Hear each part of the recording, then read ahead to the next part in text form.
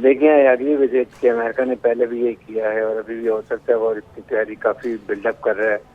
अपने ट्रुप्स खलीज में काफ़ी लेकर आ गया है और उसके बाद अपने 82 एयरपोर्ट इंटरवीन लिया थे, फिर उसके बाद मेरीन फोर्स को ले आए और जो पहले दिन की जरूरत थी जहाँ पर पहले शॉर्टेज हो गई थी वो पूरा किया होगा। बट आई थिंक अमेरिका भी इस वक्त लड़ाई के मूड में नहीं है, इसलिए कि लड़ाई में दिनों के उन्होंने अमेरिका इंडिया ये देखो ना डिफीट इसको ईरान को, और सेकंड उनको पब्लिक ओपिनियन की सीजन कांग्रेस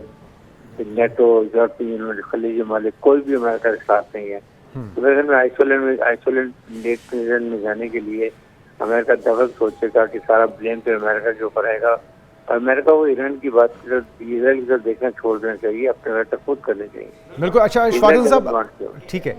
जिस तरह से हारिस नवाज साहब कह रहे हैं कि अमेरिका इस वक्त लड़ाई के मूड में नहीं है, जंग के मूड में नहीं है, क्योंकि दबाव उन पर बहुत ज़्यादा है, लेकिन इसके बावजूद हमने देखा कि दूसरी जंग अजीम के बाद सबसे बड़ा इजाफा दिफाई बजट में 1.5 ट्रिलियन डॉलर्स का इजाफा, 44,000 नए फौजी भर्ती किए जाएंगे। तो फिर ये तैयारी किस चीज़ के लिए की जा रही है?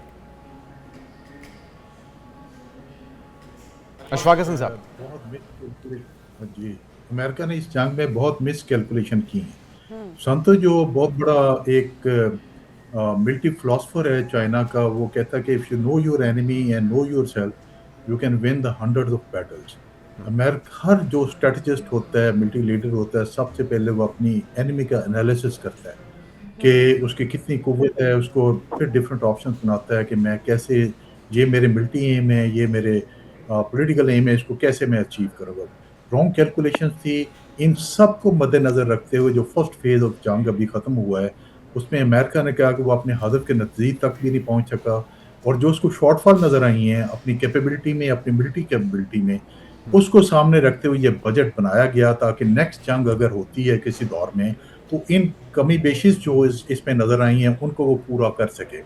मेजर कमी बेशी जो आपको नजर आई है इसमें, वो जो उनका एंटी डिफेंस मिसाइल शील्ड जो है वो एक हद तक काम करता है, पूरी दुनिया में फैला हुआ है, लेकिन जिस तरह ईरानियन ने ड्रोन्स के आगे उसको एंगेज करके, अपने छोटे मिसाइल के आगे पहले उनको एंगेज करके उसको सफोकेट किया, उसको उन्होंने डिग्रेड किया, उसके बाद अपने मेजर मिसाइल्स को लेके आए। ये एक बहुत बड़ी उनके पास एक कंक्लूजन है कि ड्रोन्स के आगे इतना costly anti defence missile sheet जो है उसका मिसाइल इस्तेमाल नहीं करना, उस पे एंटी